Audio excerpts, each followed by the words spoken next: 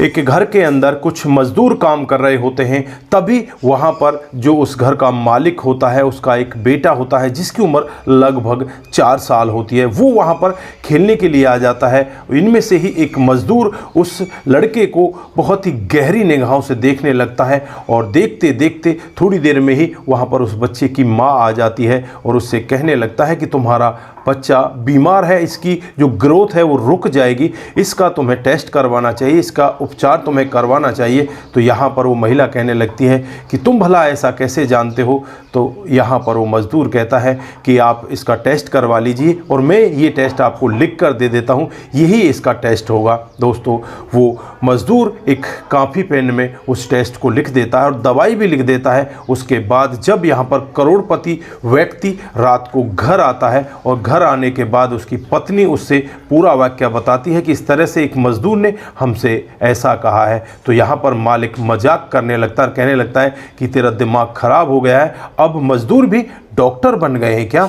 तो यहाँ पर वो उस पन्ने को लाकर उसे दिखाती है, तो पन्ने में लिखाई को देखकर एकदम से वो भी भौचक्का रह जाता है कि ये तो किसी प्रोफेशनल डॉक्टर की लिखाई है, लेकिन यहाँ पर ये मजदूर कैसे। फिर भी यहाँ पर जो पत्नी है अपने पति के ऊपर दबाव बनाती है कि हमारा इकलौता बेटा है, अगर इसे कुछ हो गया तो ठीक नहीं होगा, अब जल्दी से हॉस्पिटल चलिए। उसके बाद रात को ही ये हॉस्पिटल में जाते हैं। वहाँ पर बैठे हुए डॉक्टर को जब बताते हैं कि हमारा बच्चा बीमार है और इसका ये चेकअप कर दीजिए, तो डॉक्टर साहब कहने लगते हैं कि क्या तुम्हारे पास कोई डॉक्टर है जिसने तुम्हें इस चेकअप के बारे में बताया है।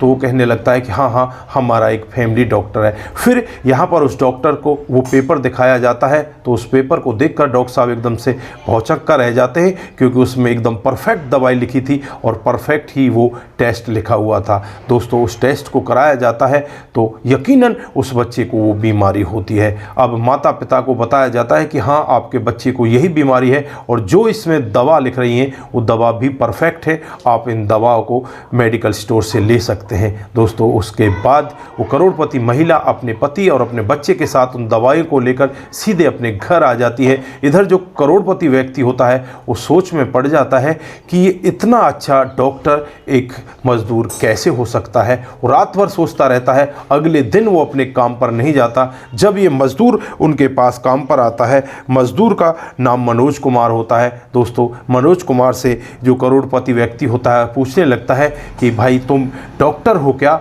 और यहाँ पर मनोज कहने लगता है कि नहीं नहीं, बस मैं मज़दूर हूँ और मैं मज़दूरी कर रहा हूँ। तो फिर से यहाँ पर वो करोड़पति व्यक्ति उससे पूछता है कि भाई सच बताओ, क्या तुम डॉक्टर हो। तो यहाँ पर वो कहता है कि हाँ, मैं डॉक्टर था लेकिन अब डॉक्टर नहीं हूँ, अब मैं मज़दूर हूँ। तो यहाँ पर जो करोड़पति व्यक्ति होता है उसके दिल में बहुत सारी जिज्ञासा होती है। उसके मन में ऐसा लगता है कि इसे पूछा जाए कि इसके साथ में हुआ क्या है। जो यहाँ पर इन मज़दूरों का ठेकेदार होता है, उस ठेकेदार से कहा जाता है कि मैं आपके इस मजदूर मनोज को अपने घर के अंदर लेकर जा रहा हूं, थोड़ी देर बाद में इसे वापस छोड़ दूंगा।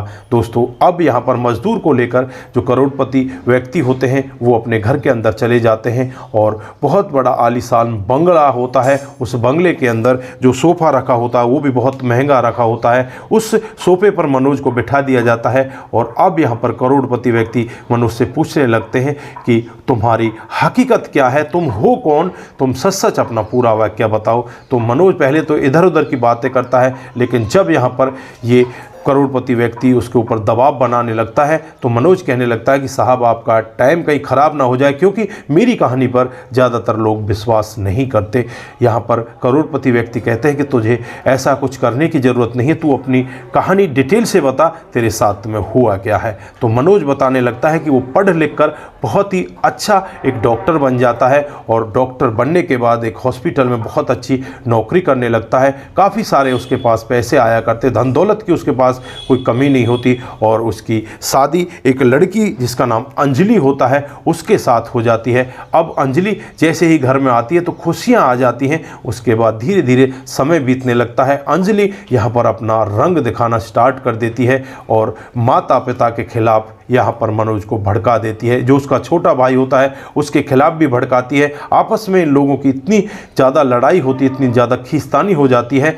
यहाँ पर जो माता पिता होते हैं वो ये निर्णय लेते हैं कि इन दोनों को अलग कर दिया जाए, दोनों का ज़मीन का बंटवारा कर दिया जाता है। इधर जो मनोज कुमार होता है वो अपने गाँव से चलकर दिल्ली आ जाता है, यहाँ पर एक घर ले लेता है और उसी घर में रहने लगता है, एक हॉस्पिटल में नौकरी करने लगता है। दोस्तों उसके बाद धीरे धीरे जैसे समय बीतता है तो यहाँ पर जो अंजलि है वो अपना रंग दिखाना स्टार्ट कर देती है। जो इसकी ज़मीन जायदाद होती है ज़्यादातर को तो वो अपने नाम करा लेती है, कुछ को बिकवा देती है। दोस्तों जैसे ही कुछ और समय बीतता है तो एक दिन अंजलि उसे छोड़ने का निर्णय ले लेती है। अब मनोज कुमार जब ऐसा वाक्य सुनता है तो एकदम से टूट जाता है और वो अंजलि के पैरों में गिर जाता है और कहने लगता है कि अंजलि तुम मुझे छोड़कर मत जाओ, तुम्हारे लिए मैंने सब कुछ को छोड़ दिया, अपने घरवार को, अपने माता पिता को। लेकिन अंजलि यहाँ पर मानती ही नहीं। कुछ दिनों के बाद ही इन दोनों का तलाक हो जाता है। अंजलि जो यहाँ पर होती है वो किसी दूसरे लड़के के साथ प्यार प्रसंग में होती है, उसके साथ वो फरार हो जाती है। जब यहाँ पर इस तरह से मनोज को पता चलता है तो मनोज एकदम से टूट जाता है और टूटकर वो करे तो क्या करे, बस उसका एक सहारा होता है, वो शराब पीने लगता है। और शराब भी इतनी ज़्यादा पिया करता, वो हर दिन शराब पिया करता, अपनी ड्यूटी पर जाना बंद कर देता है और वो एक शराबी हो जाता है। दोस्तों उसके बाद फिर उसे लगता है कि तेरे पास पैसे खत्म हो गए, तू नौकरी कर ले। किसी हॉस्पिटल में जाता तो वहाँ 4 दिन नौकरी करता, दूसरे हॉस्पिटल में जाता तो ज़्यादा से ज़्यादा 2 दिन नौकरी करता, क्योंकि वो दिन में ही शराब पी लेता है। दोस्तों उसकी जो घर की ज़मीन जायदाद होती है सब कुछ बिक जाता है। अपने माता पिता के पास वो किस मुंह से आए वहाँ भी वो नहीं जाना चाहता और फिर वो अपनी इस हालत पर मजदूरी करने लगता है। धीरे धीरे वो मजदूरी करता और मजदूरी के पैसों को शराब में पी जाया करता। दोस्तों ऐसे ही धीरे धीरे समय बीत रहा होता है और एक दिन का वाकया होता है। जो यहाँ पर मनोज के साथ कंपाउंडर होता है वो उसे मिल जाता है और उसे कहने लगता है कि अपनी हालत इतनी खराब क्यों कर रखी है, जिसको जाना था वो जा चुका, अब तो आपको अपना जीवन जीना है, आप ऐसी हालत करके क्यों अपने जीवन को खराब कर रहे हो, किसके लिए खराब कर रहे हो। दोस्तों यहाँ पर मनोज की समझ में आ जाता है और उस दिन से वो शराब पीना छोड़ देता है। वो बिल्कुल एक साधारण व्यक्ति की तरह रहने लगता है और फिर वो मजदूरी करने लगता है। अब भी वो दोबारा से किसी हॉस्पिटल में जाता तो जो उसकी पुरानी आदतें होती हैं उन्हें सोच समझकर कोई भी हॉस्पिटल उन्हें नौकरी नहीं देता। अब उसे मजदूरी का ही एक सहारा था, वो मजदूरी ही कर रहा था।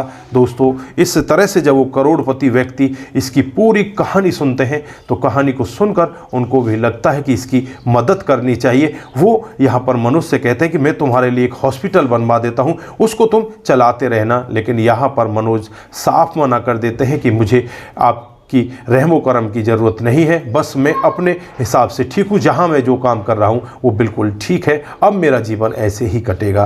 दोस्तों यहाँ पर मनोज ये सब कहकर वहाँ से वापस चले जाते हैं और अपने कामकाज में लग जाते हैं। लेकिन यहाँ पर जो करोड़पति व्यक्ति होते हैं उन्हें लगता है कि इसकी मदद करनी चाहिए। फिर वो एक हॉस्पिटल बनाते हैं और हॉस्पिटल बनने में लगभग 6 महीने का टाइम लग जाता है। 6 महीने के बाद फिर से मनोज को ढूंढा जाता है और मनोज मजदूरी कर रहा होता है। दोस्तों जब मनोज से कहा जाता है कि तुम्हें एक हॉस्पिटल में बुलाया गया है, वहाँ पर आपको नौकरी मिलेगी, तो मनोज यहाँ पर खुश भी होता है और एक बार के लिए दुखी भी होता है।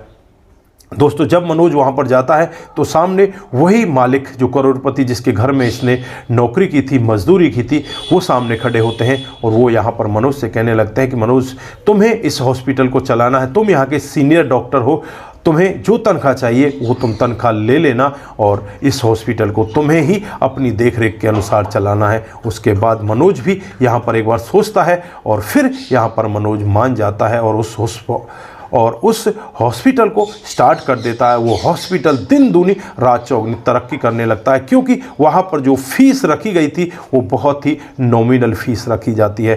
दोस्तों धीरे धीरे करके हॉस्पिटल बहुत ही अच्छी तरह से चलने लगता है और मनोज कुमार का नाम यहाँ पर चारों तरफ फैलने लगता है। इधर जो मालिक होते हैं अब वो सोचने लगते हैं कि इसने अपने गाँव का नाम बताया था, क्यों ना इसके गाँव में जाया जाए। फिर यहाँ पर जो करोड़पति इसके मालिक होते हैं वो इसके गाँव में पहुँचते हैं, इसके माता पिता से मिलते हैं, इसके भाई से मिलते हैं और सबको पूरा वाकया जब वो बताते हैं कि इस तरह से उसकी पत्नी उसे धोखा देकर चली गई और बीच में वो इस तरह से शराबी बन गया था, इस तरह से वो टूट गया था, आज वो बिल्कुल ठीक है। क्या आप लोग उससे मिलना चाहोगे? तो यहाँ पर घर वाले तैयार हो जाते हैं, माता पिता भी तैयार होते हैं, भाई और भाई के बच्चे भी तैयार हो जाते हैं, सभी लोग सीधे उसी हॉस्पिटल में पहुँच जाते हैं। वहाँ जाकर जब मनोज को देखते हैं तो मनोज यहाँ पर अपनी निगाहों को बचाने लगता है, बचाकर उनसे भागने की कोशिश करता है। तभी यहाँ पर मनोज की माँ उसे आवाज़ देती है, मनोज बेटा क्या अपनी माँ से भी नहीं मिलोगे? दोस्तों मनोज की आंखें भर आती हैं, वो दौड़कर अपनी माँ के चरणों में बैठ जाता है और रोते हुए कहने लगता है कि माँ मुझसे बहुत बड़ी गलती हुई है।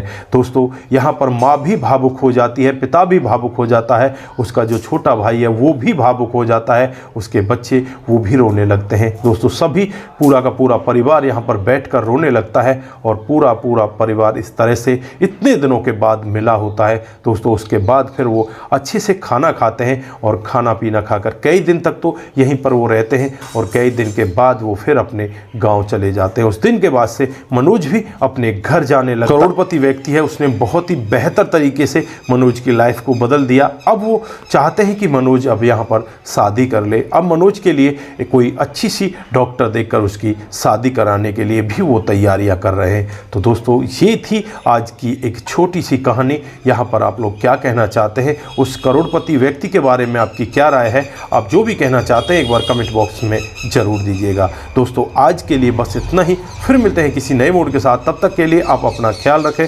परिवार का ख्याल रखें, सतर्क रहें, सावधान रहें। नमस्कार, जय हिंद, जय भारत।